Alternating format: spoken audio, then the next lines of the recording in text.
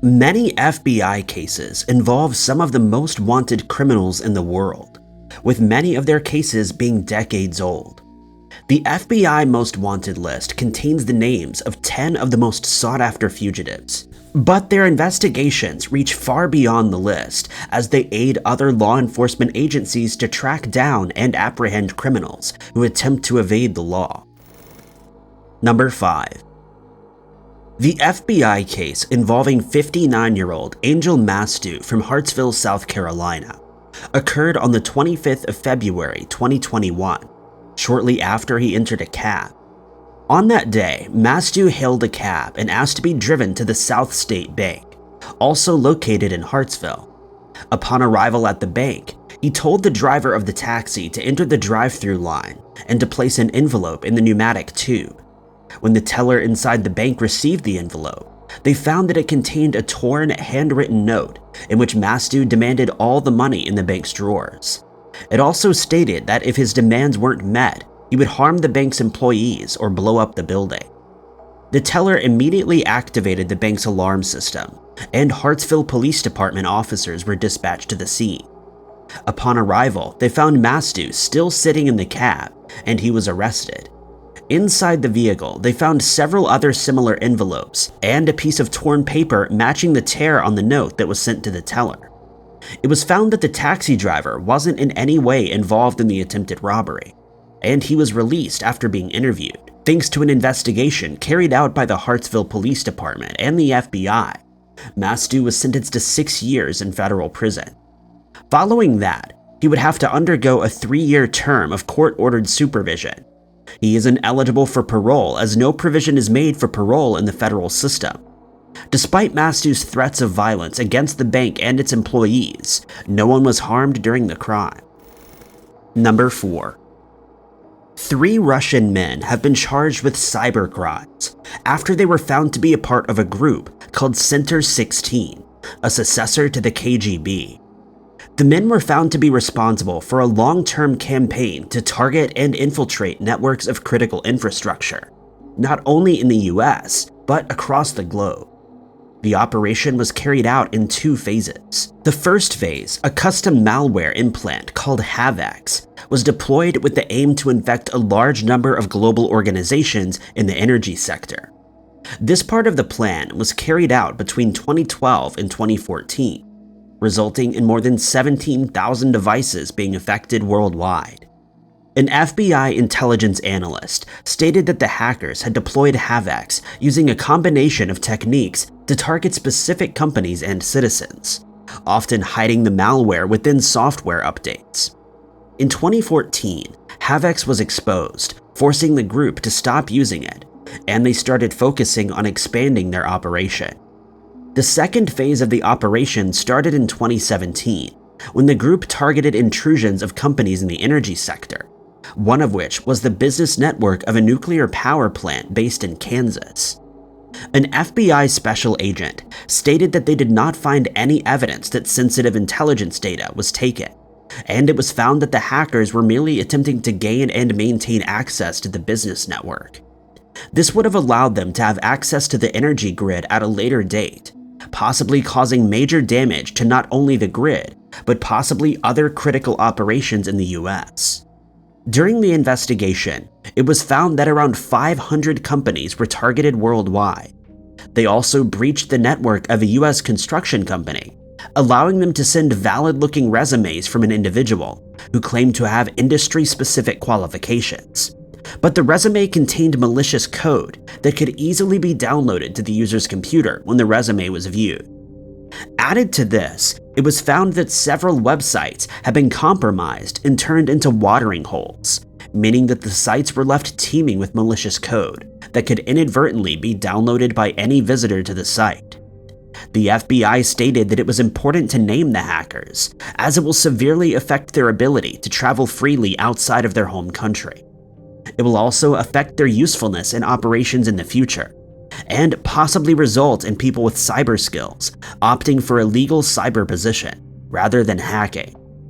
The hackers have been charged with conspiracy to cause damage to property of an energy facility, and commit computer fraud and abuse, as well as conspiracy to commit wire fraud. Two of the men faced charges of wire fraud, computer fraud related to unlawfully obtaining information from computers, causing damage to computers, and aggravated identity theft. Number 3. Gabriel Anthony, a 34-year-old man from Queens, New York, became a sought-after fugitive in April of 2022 when he and 3 other men, Fa Deng, Albert Farelli, and Xiao Li, were involved in a kidnapping. On that date, the 4 men drove to Fort Lee, the location of the house of the victim, who has not been named. Farelli and Anthony proceeded to break into the victim's house while wearing masks. They overpowered the man and tied his hands together before placing duct tape over his mouth and eyes. They then forced him into their vehicle and drove away. The man's wife contacted law enforcement after she received a photo of her husband and a ransom letter demanding $680,000 to secure his safe release. When they traveled to the man's house, they found pieces of duct tape and what seemed to be pieces of latex rubber gloves still stuck to it. CCTV surveillance footage from the area showed a gray minivan that was used by the abductors, arriving at the victim's house at 8:33 p.m. and leaving at 8:54 p.m. before crossing the George Washington Bridge shortly after the kidnapping had been carried out. Investigators were able to track its movements into the Bronx and eventually into Queens.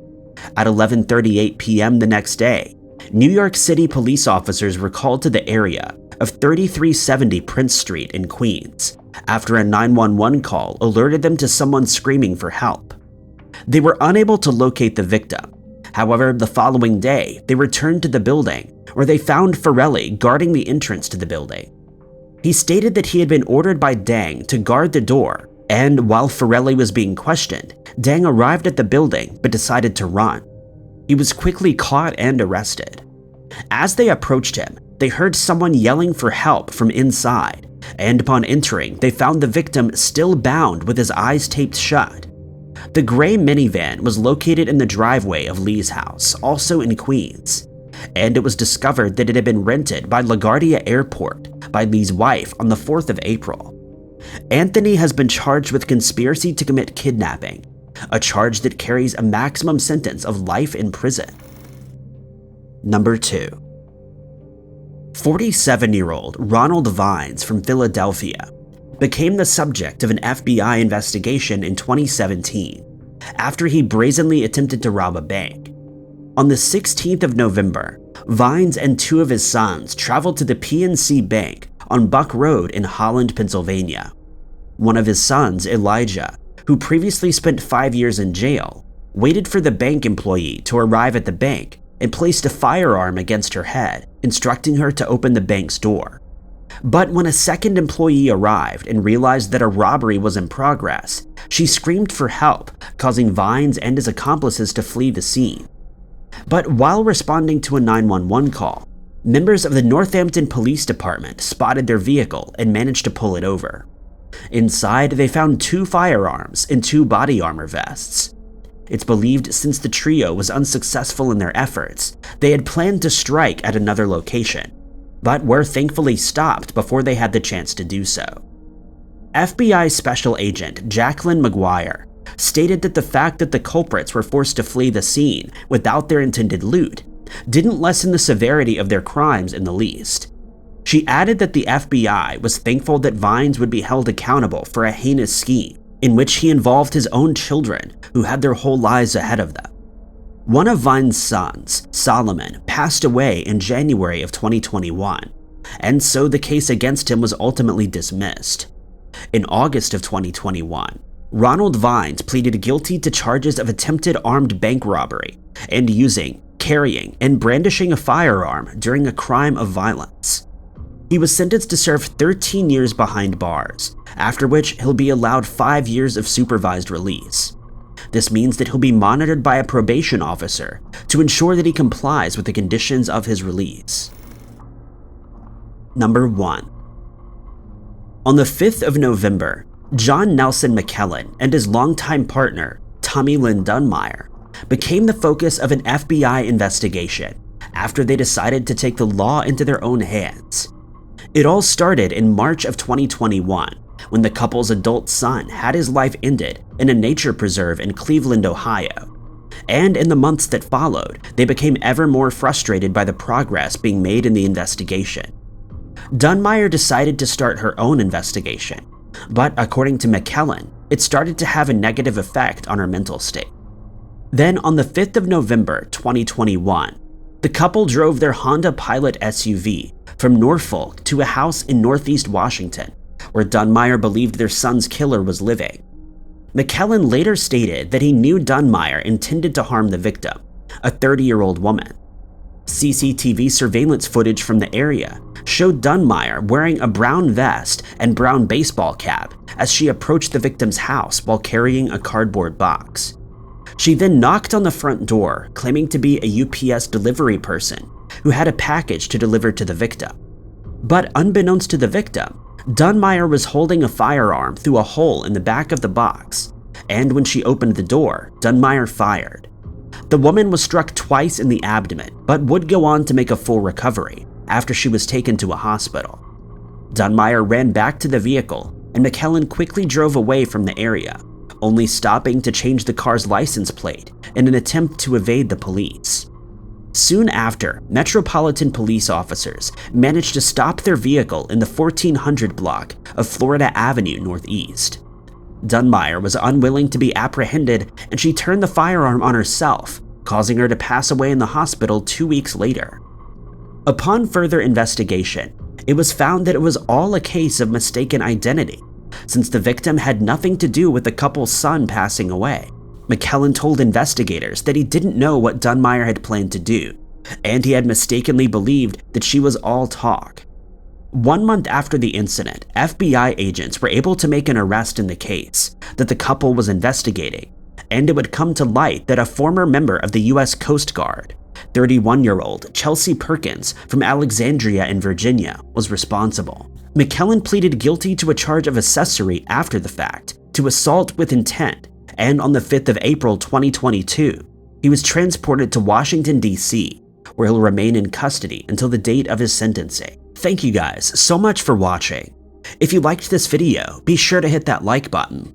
Also, don't forget to subscribe and click that notification bell to keep up to date with all of our future uploads. But my name is Ty Knotts, and I'll catch you guys in the next video.